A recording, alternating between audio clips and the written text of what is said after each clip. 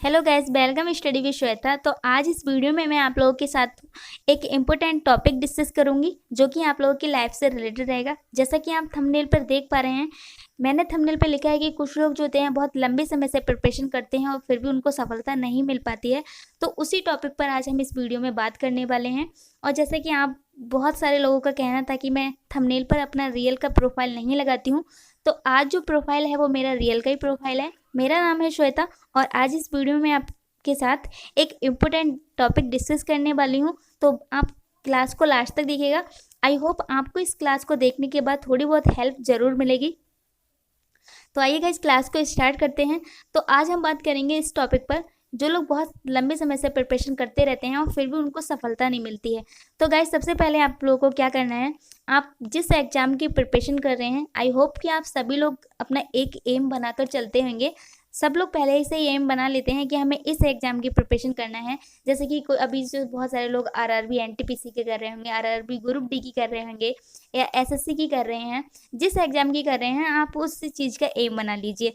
But आपको क्या करना है, आपको जिस एग्ज़ाम का पेपर देना है आप उसे एक लेवल अप करके तैयारी कीजिए। जैसा कि आप ग्रुप डी का एग्ज़ाम देने जा रहे हैं, आप सोच रहे हैं कि मैं इस साल ग्रुप डी का एग्ज़ाम दूंगा, तो आप क्या कीजिए, उससे एक लेवल अप तैयारी कीजिए, आप एनटीपीसी की तैयारी कीजिए। तो इससे क्या होगा, आपका जो ग्रुप डी का जो भी एग्ज़ाम रहेगा वो इजीली आप उसको पास कर पाएंगे। आपके 99% चांस रहेंगे कि आप उसमें अच्छे मार्क्स गेन कर सकें। तो गाइस, इसी प्रकार जैसे कि आप एसएससी का एग्ज़ाम की तैयारी करते हैं, तो उसमें भी आपको जो एसएससी में सबसे हाई लेवल का एग्ज़ाम होता है उसकी आपको तैयारी करके चलना है। उससे क्या होगा, जब आप उसकी तैयारी करेंगे तो उससे जो नीचे जितने भी एग्ज़ाम होंगे उसमें आपको बहुत अच्छा मार्क्स का रिजल्ट मिलेगा, आप खुद ही फील कर पाएंगे। तो गाइस, ये तो रहेगी हमारे एग्ज़ाम से रिलेटेड बात। अब आपको क्या करना है, आपको पढ़ाई कैसे करनी है, स्टडी का रूटीन क्या रखना है, इस टॉपिक पे बात कर लेते हैं हम। तो गैस, जैसा कि मैं करती थी मैं वैसा ही बताऊंगी आपको कि मेरा डेली का रूटीन क्या रहता था। आप भी इसे फॉलो कर सकते हैं। आई होप कि आपको थोड़ी बहुत हेल्प मिले। तो गैस, आपको क्या करना होता है, आप जब मॉर्निंग में सो के उठते हैं तो सबसे पहले आप सोच लीजिए कि हमें आज क्या करना है, कौन सा टॉपिक कितने घंटे पढ़ना है और कौन सा टॉपिक कितने घंटे पढ़ना है। जैसे कि अगर मैं मैथ की बात कर लूँ तो आप पहले से डिसाइड कर लीजिए आज दिन में कि मैंने ये क्लास इस घंटे तक देखनी है, फिर इसके बाद इसको इतने टाइम तक रिवीजन करना है। तो ये सब करने से क्या होगा गैस, आपका जो प्रिपरेशन का लेवल है बहुत अच्छा रहेगा, बहुत अप होने लगेगा। और एक चीज़ गैस मेरा मानना है कि आप 10 बुक को ना पढ़कर आप एक ही बुक को 10 बार पढ़िए। आप 10 बुक को अलग अलग 10 बार नहीं पढ़ के आप अगर एक बुक को 10 बार पढ़ेंगे तो आप विश्वास मानिए आपको हर बार कुछ ना कुछ नया मिलेगा इस बुक में, और हर बार कुछ ना कुछ नया सीखेंगे। क्योंकि अगर हम किसी भी चीज़ के बारे में अच्छे से जानते हैं तभी हम उस बुक के बारे में अच्छे से रियलिटी पता चलती है कि आखिर ये बुक कितनी अच्छी है या फिर कितना कितना कुछ है इसके अंदर सीखने के लिए। अगर हम किसी इंसान की भी बात कर लें तो उसके बारे में भी आप एक बार में नहीं जान सकते उसके बारे में कुछ। जब आप उसके साथ रहते हैं, उसके साथ टाइम स्पेंड करते हैं, तभी आप उसके साथ उसको अच्छे से जान पाते हैं। तो इसी प्रकार से हमारा बुक का रहता है। आप 10 बुक को मत पढ़िए, आज आपने ये बुक पढ़ ली, फिर ये बुक पढ़ ली, फिर ये पढ़ ली, तो आपसे कुछ ना कुछ इन सब में थोड़ा थोड़ा डिफरेंट दिया रहता है, तो आप और ज़्यादा कन्फ्यूज होंगे। तो इससे अच्छा आपको क्या है करना है कि एक बुक है आपके पास, एक अच्छे से राइटर की बुक खरीद लीजिए और इसको ही आप 10 बार पढ़िए, जितनी बार चाहे उतनी बार पढ़िए। और विश्वास मानिए आपको हर बार कुछ ना कुछ नया सीखने को मिलेगा और वो भी आपके लिए बहुत ही ज़्यादा हेल्पफुल रहेगा। तो मेरा तो ऐसा ही मानना है और ये आपके लिए हेल्पफुल ही रहेगा। आप एक बार ऐसा करके देखिए, ज़रूर आपके लिए हेल्पफुल रहेगा। और आपको क्या करना है गैस, जितने भी आपने पेपर दिए हैं उन सारे पेपर का आप जो है एक बार एनालिसिस कर लीजिए और सारे जितने भी क्वेश्चन आपने किए थे उन सबको एक बार ठीक से रिवाइज कर लीजिए पूरा। अगर कोई क्वेश्चन नहीं भी बनता है, आप देखिए पहले आपने कितने क्वेश्चन किए हैं उसमें। अगर मान लिया 100 नंबर का है और आपने अगर इसमें 60 क्वेश्चन एकदम सही कर लिए और आपके जो है 40 क्वेश्चन आपसे नहीं बने, मान लीजिए आपने ज़्यादा किए हैं और भी अच्छी बात है, लेकिन मैं एक डाटा ले रही हूँ ऐसे ही।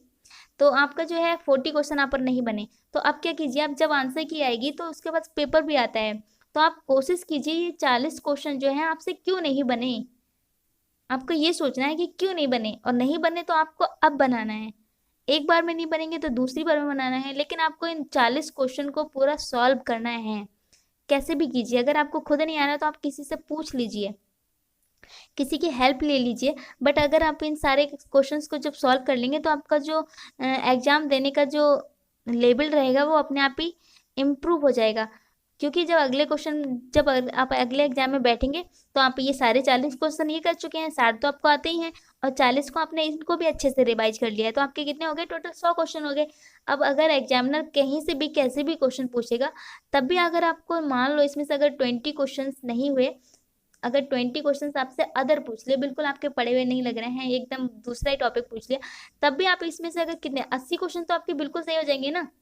और मार्क्स में अगर किसी भी एग्जाम में आप 80 क्वेश्चन कर पा रहे हैं तो आई थिंक बेटर स्कोर है।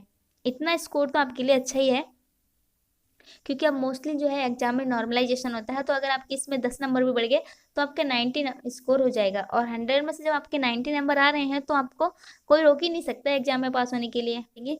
और क्या करना है गाइस, आपको जब ये सारा आप दिन में पढ़ लें, मॉर्निंग से लेकर आप नाइट तक ये सब पढ़ लेंगे, तो नाइट को आपको क्या करना है, जितना आप दिन में पढ़ा, जितना आपने दिन में पढ़ा या जितनी क्लासेस देखी, अगर आप यूट्यूब से पढ़ते हैं तो आपने जितनी भी क्लासेस देखी हैं उनको रात में एक बार रिवाइज कर लीजिए।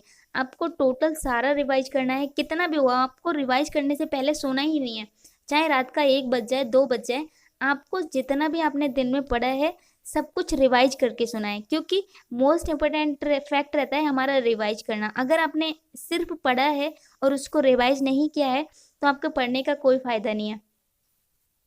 तो इसलिए आपने दिन में जो भी पढ़ा है एक बार रात को रिवाइज कर लें। आप मैथ जो आपने दिन में पढ़ी, आप मैथ को पहले रिवाइज कर लें, सबसे पहले आप मैथ को कर लें, फिर उसके बाद रीजनिंग कर लें। देन उसके बाद आपको क्या करना है, 1 घंटे के लिए जीके जीएस को भी रिवाइज करना है। क्योंकि हम लोग सोचते हैं कि जीके जीएस ईजी होता है, बिना रिवाइज करे हमारा इसका चल जाएगा, बट ऐसा नहीं होता है। सबसे मोस्ट तो वही होता है, क्योंकि हम उसे भूलते बहुत ज़्यादा हैं। तो गैस आपको क्या करना है, सोने से पहले आपको GK GS math reasoning science जितने भी हैं सबको एक बार रिवाइज करना है। देन उसके बाद जब आपको लगे कि हाँ मुझे सोना चाहिए, फिर आप लेट जाएं और क्या करें, अपने फ़ोन का एक ईयरफोन लें, और ईयरफोन में जिसका क्लास आपको अच्छा लगता है सुनना, जीके जीएस का, तो आप उसका क्लास निकाल कर आप ईयरफोन को कानों में लगाकर आप सुनते रहें उसको। जब तक आपको नींद नहीं आए तब तक आप सुनते रहें। जब आपको नींद आने लगे बहुत तेज़ी से, आपको लगे कि नहीं अब मैं नहीं सुन सकता या सुन सकती, तब आप ईयरफोन को निकाल के फ़ोन बंद करके सो सकते हैं। तो इससे क्या होगा गाइस, आपको इससे फ़ायदा क्या होगा, आपने सुना ही होगा कि हम जब सोते हैं तो हमारे माइंड में कौन सी बातें घूमती हैं, वही सारी बातें घूमती हैं जो हमने दिन में की हैं, और जो हम सोने से पहले सोचते हैं वही हमारे माइंड में घूमता है। तो आपने क्या किया यहाँ, आपने सोने से पहले उस सारी क्लासेस को सुना, आपके कानों में आवाज़ गई है उस जीके जीएस के क्वेश्चंस की। तो इससे क्या होगा, आपके रात में जब आप सोएंगे तो आपके माइंड में वही सारी बातें जो है रिपीट होती रहेंगी, वही सारे क्वेश्चंस रिपीट होते रहेंगे। तो इससे क्या होगा, आपका जो करंट अफेयर का लेवल है बहुत अच्छे से मजबूत होता रहेगा आपके माइंड में ही। तो इसलिए आपको ये सब करना है। देन उसके बाद आपको क्या करना है, आप जो आपको नेक्स्ट डे पढ़ना है, आप रात को ही डिसाइड करके सोइए कि आपको नेक्स्ट डे क्या पढ़ना है और कितने घंटे पढ़ना है। तो इससे क्या होगा, आपका जो मॉर्निंग में उठेंगे तो आपको पहले से पता होगा कि आज मुझे ये पढ़ना है, आपको सोचना नहीं पड़ेगा। तो इसलिए आप फिर शुरू से स्टार्ट कर देंगे। मॉर्निंग में उठ के आपको पहले से पता है कि हाँ मैंने रात में इस टॉपिक को सोचा था कि मैं सबसे पहले इस टॉपिक को पढ़ूंगा, तो आप उसी टॉपिक से पढ़ना स्टार्ट कर देंगे। तो इससे क्या होगा, आपके जो प्रिपरेशन है वो एक अच्छे लेवल की होगी, और आप जितना भी पढ़ेंगे सब आपको रिवाइज होता रहेगा, माइंड में कैप्चर होता रहेगा, तो आपको भूलने के जो चांसेस हैं बहुत ज़्यादा कम हो जाएंगे। तो इस प्रकार से आपको जो है एग्ज़ाम में बहुत सारी हेल्प मिलेगी। मैं भी ऐसा ही करती थी जब मैं एग्ज़ाम की तैयारी करती थी, तो इसलिए मैंने गाइस सोचा कि मैं आपके साथ भी ये बात डिस्कस कर लूँ, हो सकता है कि आपको भी इससे कुछ हेल्प मिल सके। एंड सेकंड टॉपिक हम बात कर लेते हैं, जैसे कि मैंने थंबनेल में लिखा है कि आपका आने वाला कल जो है आपके आज पर निर्भर करता है। तो बिल्कुल सही बात है ये, आपका फ्यूचर जो है आपके आज पर निर्भर करता है। ये देखिए, your future depend on what you to do today and your today has already start.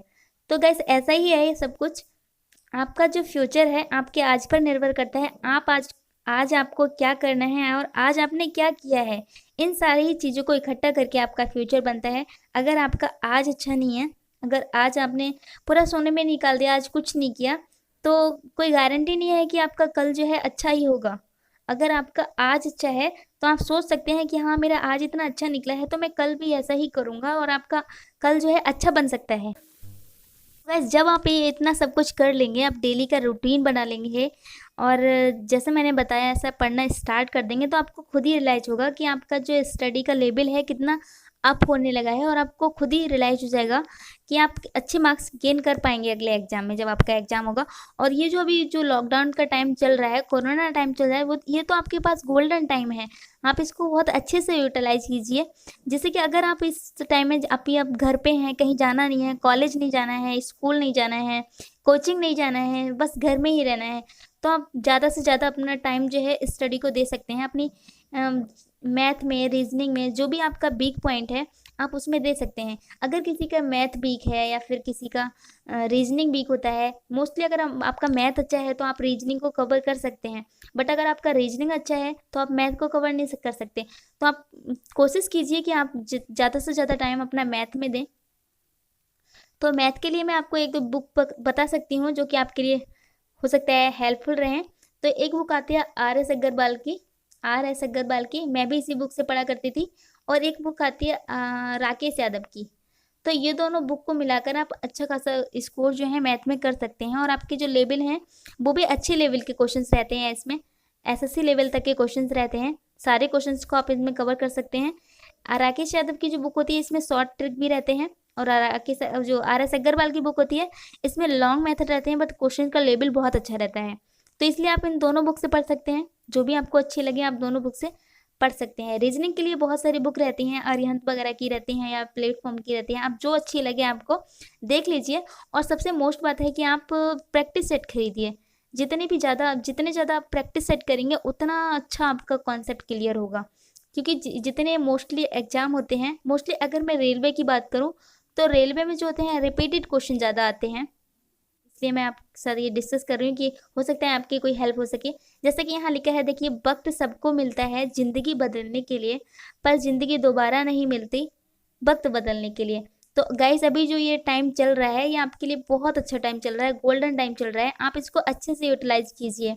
जो लोग अभी सोच रहे हैं कि नहीं एग्ज़ाम नहीं होगा, अभी तो लॉकडाउन चल रहा है, कोरोना चल रहा है, एग्ज़ाम नहीं होगा, हम नहीं पढ़ेंगे, जब एग्ज़ाम आएगा तब पढ़ेंगे, तो ऐसा नहीं सोचना है, ऐसा सोचना गलत है। एग्ज़ाम होगा, अभी नहीं होगा तो थोड़े दिन के बाद होगा। तो और जब एग्ज़ाम होगा तो आपकी जब प्रिपरेशन अच्छी होगी तो ऑटोमेटिक आपके मार्क्स अच्छे आ जाएंगे और आपको आराम से सिलेक्शन जो है हो जाएगा आपका। तो इसलिए ऐसा तो बिल्कुल ही नहीं सोचना है कि एग्ज़ाम नहीं होगा। तो आप अपनी प्रिपरेशन को कंटिन्यू रखिए और अच्छे से पढ़ते रहिए। और मैं आपके लिए करेंट अफेयर की क्लास बनाती हूँ, जीके जीएस की भी कवर कराती हूँ। तो गैस जैसा कि मेरे एक्सपीरियंस के हिसाब से मैं कोशिश करूँगी अब अच्छे से अच्छा आपको कंटेंट दूँ और जो क्वेश्चंस प्रीवियस ईयर्स में आए हुए हैं वो भी मैं सारे आपके लिए क्वेश्चंस प्रोवाइड करूँगी। तो अगर गैस आपके लिए थोड़ी सी भी ये क्लास हेल्पफुल रहे तो प्लीज़ ज़्यादा से ज़्यादा शेयर करें इस क्लास को अपने फ्रेंडों के साथ, जैसे कि उनको भी पता चले कि कैसे पढ़ना है, क्या करना है। तो गैस अगर आपको और कोई कुछ इंक्वायरी रहती है, कुछ पूछना है, तो आप कमेंट बॉक्स में टाइप करके पूछ सकते हैं। तो मिलेंगे हम नेक्स्ट क्लास में, तब तक के लिए बाय, ख्याल रखिएगा अपना। और अगर क्लास अच्छा लगा तो प्लीज़ लाइक और शेयर करना ना भूलिएगा।